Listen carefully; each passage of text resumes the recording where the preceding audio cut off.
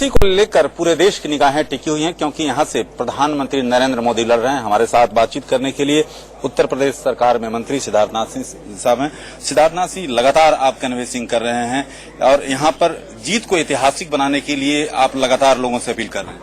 नहीं, देखिए, हम लोग तो खाली सहयोग करने आए हैं। काशी की जनता ही चुनाव लड़वा रही है, हम लोग नहीं चुनाव लड़ा रहे हैं। और जो माहौल है काशी में, वहां तो सामने विपक्ष है ही नहीं कोई। मगर जनता का एक मूड बन गया है कि हम ज्यादा से ज्यादा वोटों से मोदी जी को जिताएं। अब उसके अंदर हम सभी आ गए हैं सहयोग। तो यहाँ पे तो एक देश के नाम पर बड़ा यज्ञ चल रहा है और उसमें काशी के लोग आहुति डाल रहे, हम भी उसके भागीदार बने, ऐसा हमारा प्रयास है। सिद्धार्थ जी, कल प्रियंका गांधी ने रोड शो भी किया था। रोड शो को लेकर क्या कहेंगे? देखिए, उन्होंने रोड शो किया, उनका एक कार्यक्रम था, मगर उस समय मैं भी उस जगह था जहां से उनका रोड शो निकल रहा था। अब वहां पे 10,000 की भीड़ जरूर दिख रही थी। कुछ उसमें से जरूर होंगे जो देखने आना चाहते हैं, मगर 10,000 के ऊपर तो कतई नहीं था। और वहां पर उस रोड शो के वे अंदर जो मेरे को नारों की आवाज आई, वो मोदी मोदी मोदी की आई। अच्छा, 2014 में जिस तरह से उत्तर प्रदेश में जो परिणाम आया था, क्या 2019 को लेकर क्या उम्मीदें हैं बीजेपी को? देखिए, जो चौथा चरण हुआ था उसके बाद एक सिंपल मेजोरिटी की तरफ बीजेपी एनडीए आ चुकी है। अब पांचवा, छठा और सातवां जो है, वहां पे हम एनडीए और बीजेपी का 2014 का जो रिकॉर्ड है उसको हम बीट करेंगे या नहीं करेंगे, उसका प्रयास चल रहा है।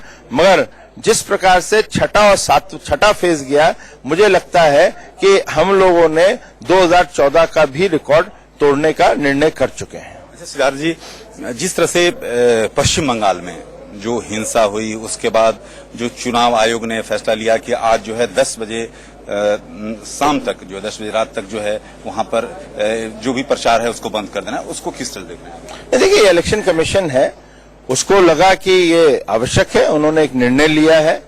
और साथ ही साथ एक जरूर मैसेज जाता है, जब आप 324 लगाते हैं तो राज्य सरकार की जो स्टेट मशीनरी है वो टोटली कोलैप्स हो चुकी है।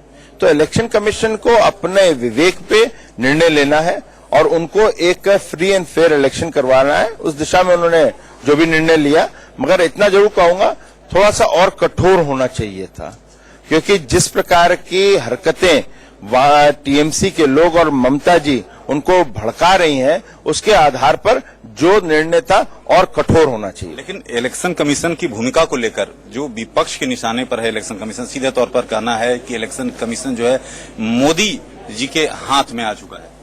ये देखिए, जो उन लोग का आरोप है वो एकदम गलत है।